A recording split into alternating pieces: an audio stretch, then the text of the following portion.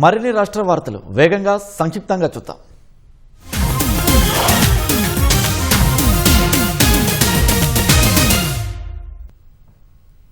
రాష్ట్రంలో గిరిజన విద్యార్థులకు నాణ్యమైన విద్య అందించేందుకు చర్యలు తీసుకుంటున్నామని సంక్షేమ శాఖ మంత్రి అడ్లూరి లక్ష్మణ్ అన్నారు.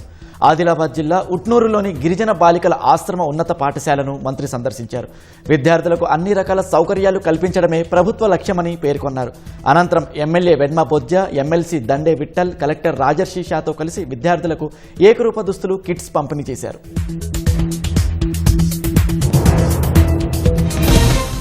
రిజర్వేషన్లను వ్యతిరేకిస్తూ ఆందోళనలు చేయడం సరికాదని రాజ్యసభ సభ్యుడు, జాతీయ బీసీ సంక్షేమ సంఘం అధ్యక్షుడు ఆర్ కృష్ణయ్య అన్నారు. హైదరాబాద్ విద్యానగర్లోని బీసీ భవన్లో ఏర్పాటు చేసిన సమావేశంలో ఆయన మాట్లాడారు. బీసీ రిజర్వేషన్ వ్యతిరేకుల భరతం పడతామని ఆయన హెచ్చరించారు. సమాజంలో అసమానతలు తొలగి అన్ని వర్గాలకు సమాన అవకాశాలు లభించే వరకు తమ పోరాటం కొనసాగుతుందని ఆయన స్పష్టం చేశారు. ప్రజాప్రభుత్వంలో ప్రజల ఆస్తులకు రక్షణ లేకుండా పోయిందని మాజీ మంత్రి పువ్వాడ అజయ్ కుమార్ ఆరోపించారు. రాష్ట్రంలో సుమారు 1 కోటి ఎకరాల భూమిని 22A జాబితాలో చేర్చి నిషేధం విధించారని ఆయన మండిపడ్డారు. ఖమ్మంలో బిఎల్ఏల అభినందన సభలో పాల్గొన్న ఆయన ప్రభుత్వంపై పలు విమర్శలు చేశారు. ఇంత క్రూరమైన ప్రభుత్వం ఎప్పుడు చూడలేదని మండిపడ్డారు.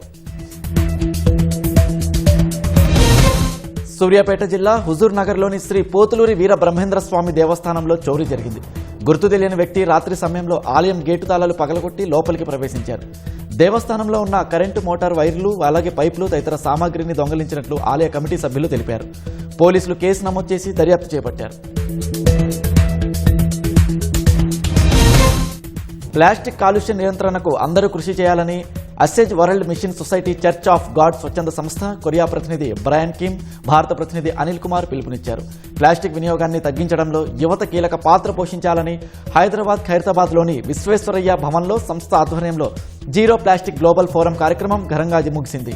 వివిధ వర్సిటీలకు చెందిన 500 మంది విద్యార్థులతో పాటు స్వచ్ఛంద సంస్థ ప్రతినిధులు పాల్గొన్నారు. ఓ ఇంట్లో అక్రమంగా గంజాయి సేవిస్తున్న 5 వ్యక్తులను సిద్దిపేట పోలీసులు అరెస్టు చేశారు. గణేష్ నగర్లోని ఓ ఇంట్లో కొంతమంది గంజాయి సేవిస్తున్నట్లు పోలీసులకు సమాచారం రావడంతో సిఐ ఆధ్వర్యంలో తనిఖీలు నిర్వహించారు. ఇంట్లో పట్టణానికి చెందిన నివాస్, సంతోష్ కుమార్, ప్రసన్నవర్ధన్, నాగరాజు, వంశీ ప్లాస్టిక్ బాటిళ్ల ద్వారా పొగ పీలుస్తూ గంజాయి సేవిస్తున్నట్లు గుర్తించారు. వారి నుంచి 612 గ్రాముల గంజాయి, 2 బైకులు, 5 సెల్ ఫోన్లు స్వాధీనం చేసుకుని కేసు నమోదు చేసి దర్యాప్తు చేస్తున్నట్లు సిఐ తెలిపారు.